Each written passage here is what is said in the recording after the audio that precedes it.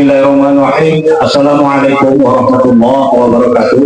Waalaikumsalam. Alhamdulillah wa syukurillah, pada sore hari ini kita bisa melaksanakan kegiatan-kegiatan Ramadan, Bazar Ramadan yang diselenggarakan oleh OSIS BKM Kecamatan Medan Denai. Selawat dan salam kepada junjungan Allah, Nabi Allah Rasulullah Shallallahu Alaihi Wasallam. Semoga syafaatnya kita terima di yaumil akhir. Amin ya rabbal alamin. Bapak dan Ibu sekalian, di sini hadir di hadapan kita dua orang tokoh. Yang pertama dari Ketua MUI Kecamatan Medan Denai yang bernama Bapak Haji Mukhlis Sultan SHI.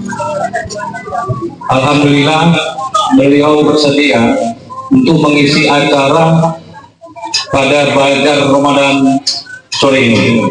Yang kedua sebagai narasumber kita Bapak Haji Muhammad Ihsan Nasution. Kebetulan Bapak Ihsan ini seorang fisioterapi.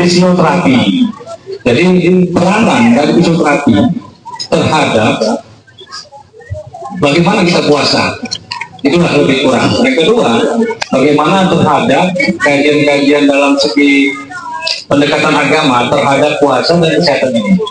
Dari sini kita coba mengkaji, mengulas apa yang perlu kita laksanakan dalam kegiatan Ramadan 1 bulan penuh. Kepada Al-Ustaz kami persilakan untuk menyampaikan hal-hal yang tadi. Bismillahirrahmanirrahim. Assalamualaikum warahmatullahi wabarakatuh. Waalaikumsalam. Alhamdulillah wassalatu wassalamu ala Rasulillah wa alihi wa ashabihi wa man tabi'a hudah wa la haula wa la quwwata illa billah. Alhamdulillah, pada menjelang berbuka puasa ini kembali kita dapat berkumpul, kita berbincang tentang persoalan berpuasa di bulan suci Ramadan.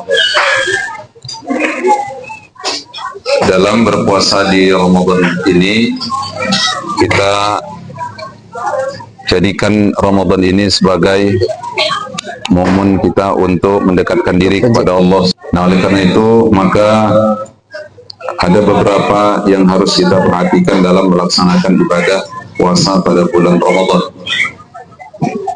Sebelumnya kita harus memahami bahwa seluruh ibadah yang diberikan oleh Allah Subhanahu wa Ta'ala adalah ibadah yang penuh dan syarat dengan hikmah.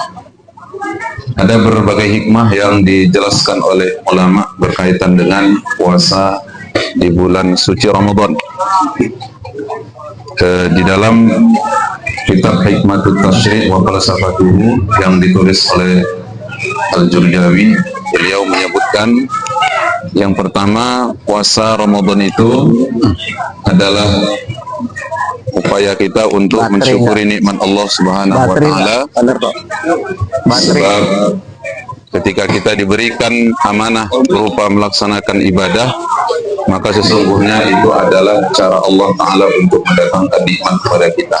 Jadi ibadah yang Allah Ta'ala tetapkan kepada manusia sama, karena memang manusia itu adalah makhluk yang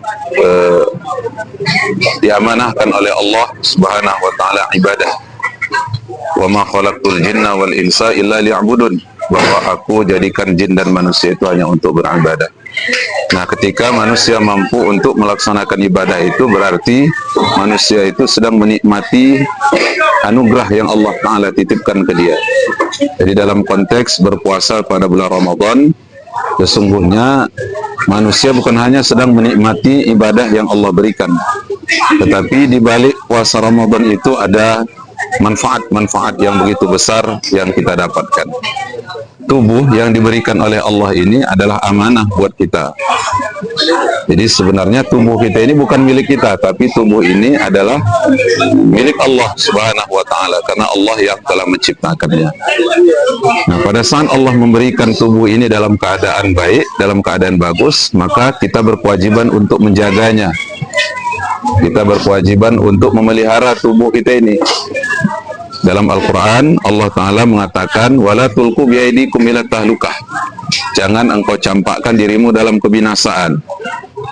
Jadi kalau ada orang yang tidak makan, maka sesungguhnya ketika tidak makannya itu membawa dirinya pada kemudaratan, sesungguhnya dia sedang melakukan perbuatan dosa. Nah, tapi beda halnya dengan tidak makan itu ketika kita menegakkan perintah Allah. Jadi Allah juga nyuruh kita supaya tidak makan, tapi tidak makan dalam perintah Allah itu tujuannya adalah untuk menghadirkan kebaikan yang begitu banyak pada tubuh. Nah, Allah dalam Quran mengatakan laqad khalaqnal insana fi ahsani taqwim, kami jadikan manusia itu dalam sebaik-baik bentuk.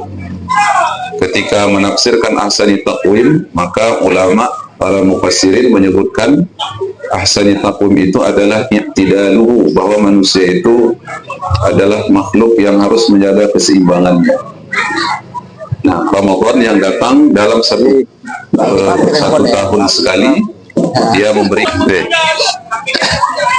maka kemudian Ramadan hadir dalam satu tahun sekali, berfungsi untuk menyeimbangkan kesehatan tubuh manusia. Jadi manusia tidak boleh makan terus. Nabi SAW pernah menyebutkan mala'a adamiyun min wi'a'in syarran min batnihi, bahwa tidak ada perbuatan manusia itu yang paling buruk kecuali manusia itu memenuhi lambung-lambungnya, memenuhi perut-perutnya. Nah, oleh karena itu maka Nabi SAW mengatakan hendaklah manusia itu memakan akalan yuqimna salbahu, yang beberapa suap makanan ini hanya dapat tegak untuk menegakkan sulbinya dalam rangka melakukan ibadah kepada Allah Ta'ala.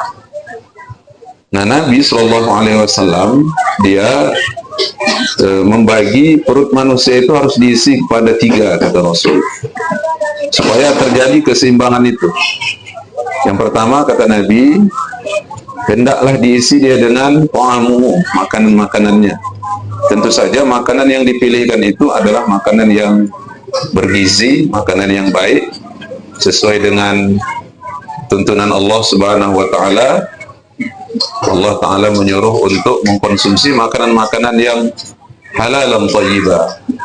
Halal, kemudian lagi thayyibah, yaitu makanan yang halal, kemudian makanan yang thayyibah, baik, dia membawa nutrisi yang bermanfaat untuk tubuh manusia. Jadi perut yang kita miliki ini harus diisi dengan ta'amnya, makanan-makannya.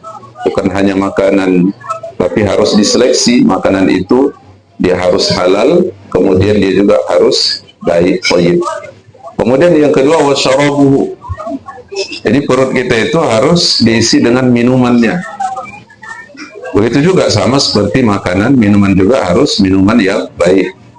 Tidak boleh minuman, cairan yang masuk ke dalam perut kita ini adalah benda-benda yang dapat merusak tubuh kita sendiri. Nah, ketika yang dimasukkan itu adalah benda-benda yang merusak, maka kemudian jatuhlah kita dalam tindakan haram. Karena Allah bilang, wala tulqu biaidikum ila tahlukah, jangan engkau masukkan atau letakkan pada dirimu itu